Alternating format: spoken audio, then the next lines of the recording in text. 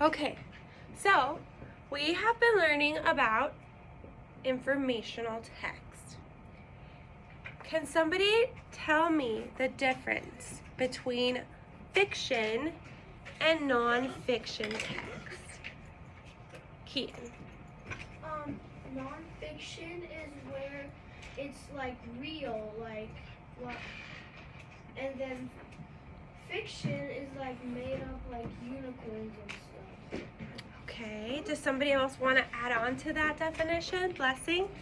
Fiction is kind of, fiction means something that has happened in life, and something that's happened.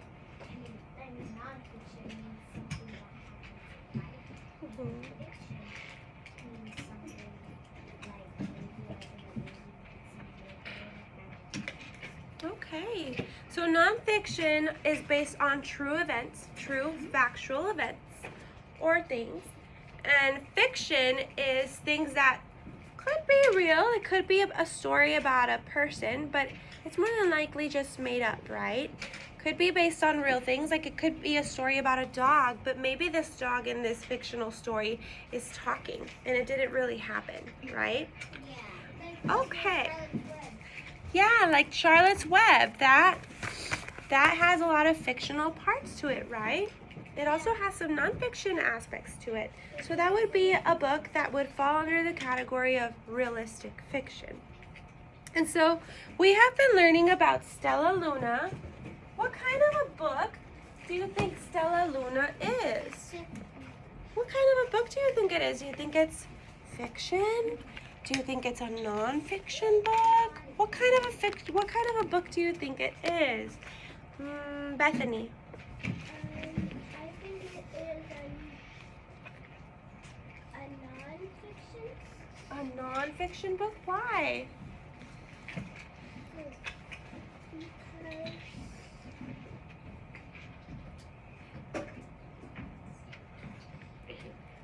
Why do you think that this book is non-fiction?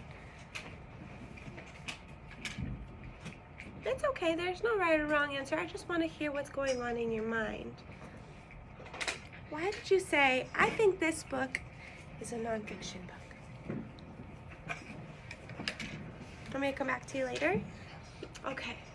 I want to know, Alyssa, do you think this book is fiction or non-fiction? it's fiction because bats and birds can talk and they can't have. Alyssa thinks it's a fiction book because bats and birds cannot talk in real life. Ireland, what do you think? I think it's a fiction book as like Alyssa because animals don't have names and no speaking and they also can't talk to each other and it's just a lot of fiction. Okay. Does somebody think that this book is a non-fiction book?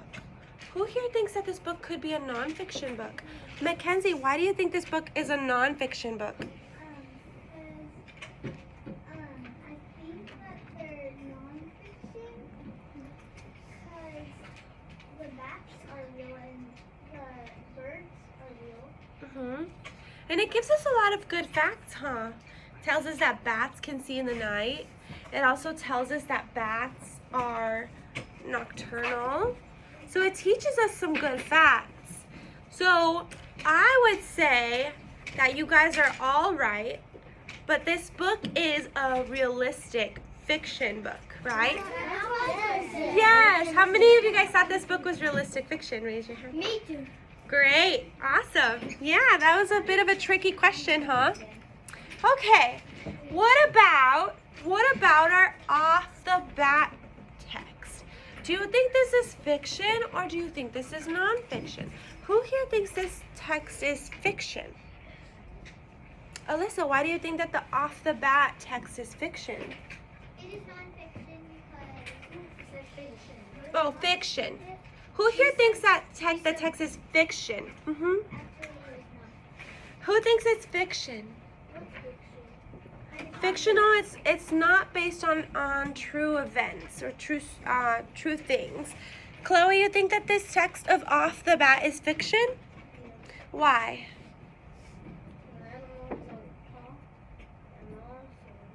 Oh, for off the bat. For our off the bat packet.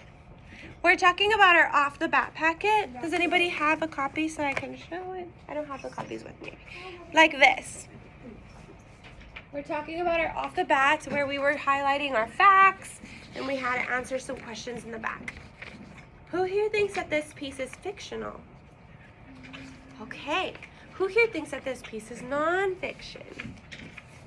Wonderful. I want to know why. Jasmine, why do you think this piece is nonfiction? Because it tells facts about bats. Wonderful. It does tell facts about bats. Does it talk about bats talking? No. Is there a bat in this story that in this text that's a story and it talks about Spiffy and his adventures? No. No. So in every single one of these paragraphs, you guys highlighted an important fact, right? The facts that stood out to you the most. That piece of writing is something that we call informational text. Can you guys repeat it? Informational text. Do you know why it's called informational text? Zeus? It's because that it's giving us information, and also informational is our bonus word. Wonderful. It's telling us informational text. It's giving us information, right? And so we're going to watch a little video on informational text. And it's only a minute long, but I hope it'll help us a little bit. I'm going to make sure our volume is up. Informational Writing, Episode 1. What is it? Informational texts tell facts. Facts are always true. Authors write informational books to teach other people facts about a topic. These books are fiction. They are made-up stories. They are not informational. These books are non-fiction. They are informational because they teach facts about a topic. Informational texts often have special text features like a table of contents, headings, and a glossary. Check out Episode 2 to learn how you can choose a topic for your own informational book. It's a short video, but I wanted you guys to kind of... Hey teachers, let's do this. All right. So it's a short video that tells us about informational text. So I'm going to display, I want to see if I can display it here because our camera is not really working very well right now. Can somebody pass me their bats book for me? Somebody have their off the bat packet that I can display up here. Wonderful.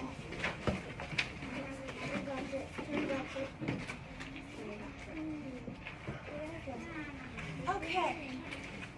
So I'm going to display this really quickly. All right. Everybody should have this informational text out. You guys can take it out for me.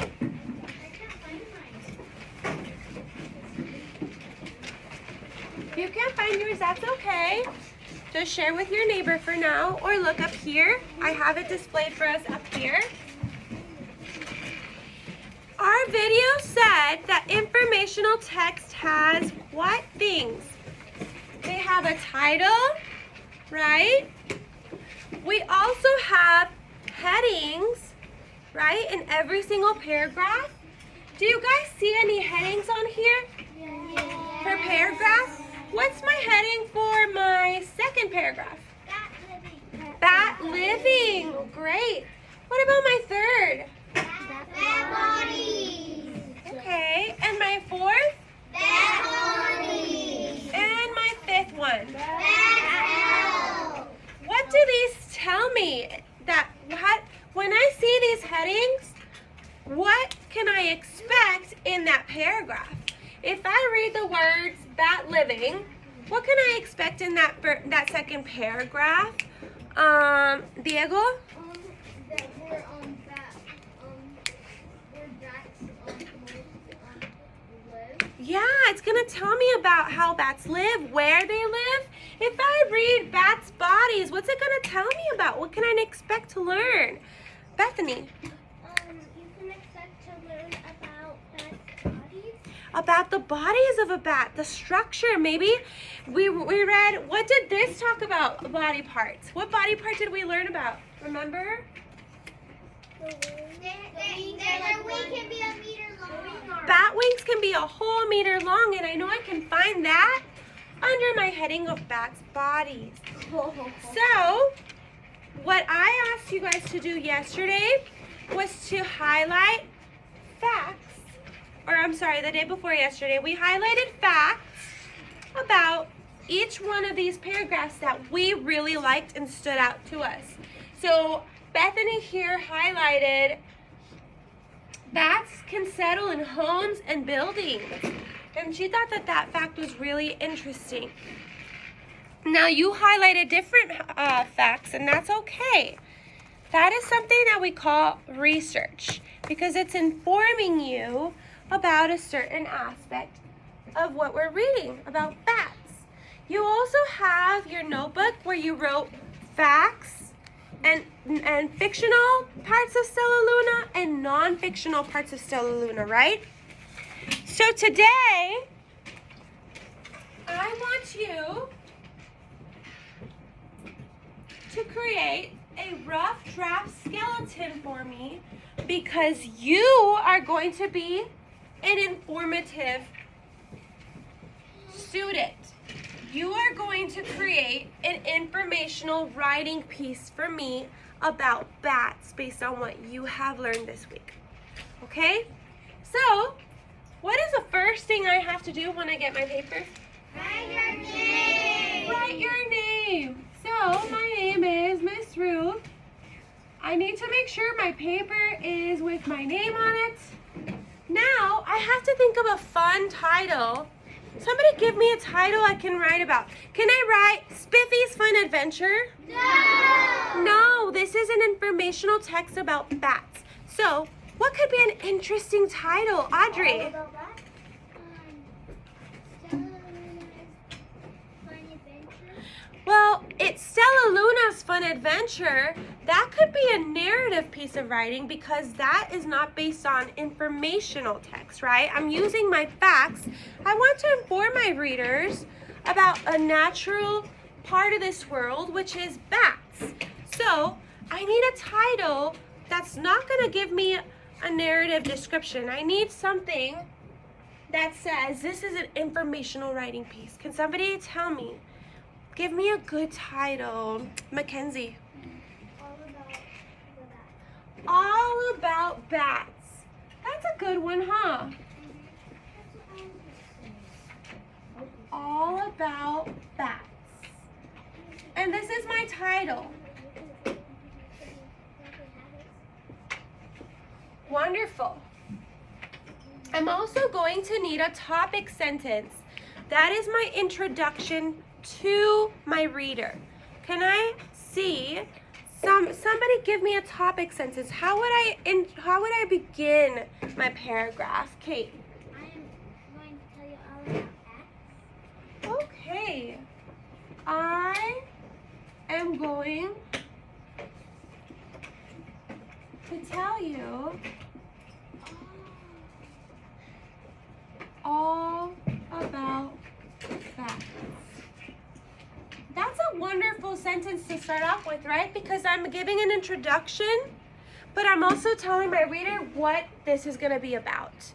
All about bats. What could be, if I were to write my first paragraph, what could be something fun to write about bats? One topic. What could it be? What could I write about? Naomi. Bats actually only have fur on their bodies, but not on their wings. Well, you just mentioned a fact about bodies. Maybe my first paragraph, I could talk about bat bodies, right? Yes. Bat bodies. That would be my title. And next to that, I could write my first fact, right? I just need one fact. Paragraph number 2, what could be my paragraph about? Colette.